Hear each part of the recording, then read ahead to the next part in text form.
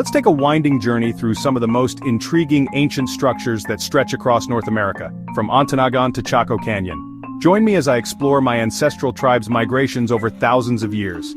Let's start at one of my ancestors' last stops. Ontonagon, Michigan. Near the Ontonagon River, there's a pyramid-shaped mound rising about 70 feet above the river. Some believe it was used by ancient indigenous copper miners thousands of years ago, possibly connected to the Hopewell or Mississippian cultures. The area is rich in pre-Columbian copper artifacts, and the mound's alignment with true north and equinox sunrises suggests it may have served as a solar calendar. Minnesota. The Jeffers petroglyphs in Comfrey feature over 5,000 carvings etched into Sioux quartzite, some dating back 7,000 years, possibly older than the Egyptian pyramids.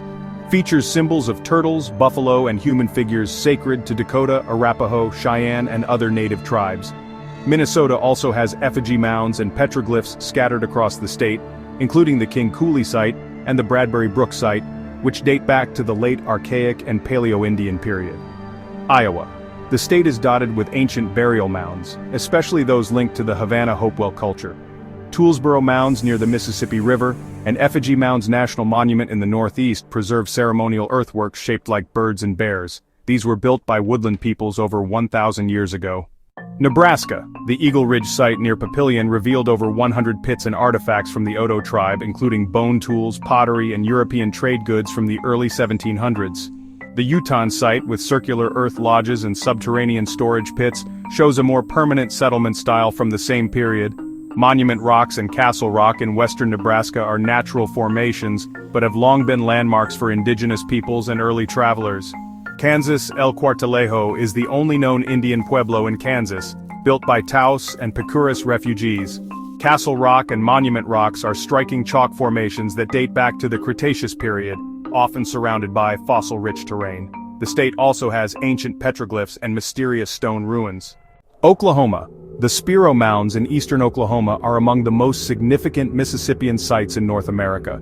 These ceremonial mounds were part of a vast trade network and contain elaborate burials and artifacts. The Heavener runestone, carved with what appear to be Norse runes, which are actually indigenous glyphs, continue to spark debates about pre-Columbian transatlantic contact, but are the tribal glyphs of the indigenous peoples of that region, as no other occupation has ever been proven.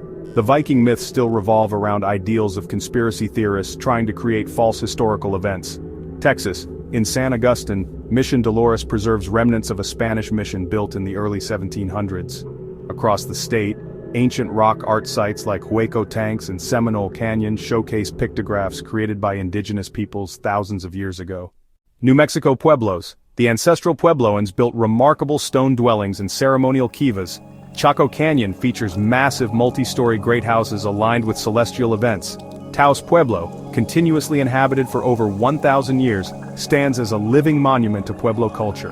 Bandelier and Mesa Verde, just across the border in Colorado, preserve cliff dwellings carved into canyon walls. Each site is a thread in a vast tapestry of human ingenuity, spirituality, and survival, from copper miners and mound builders to cliff dwellers and skywatchers. Let me know if you want to dive deeper into any one of relatives' history. Thanks for watching.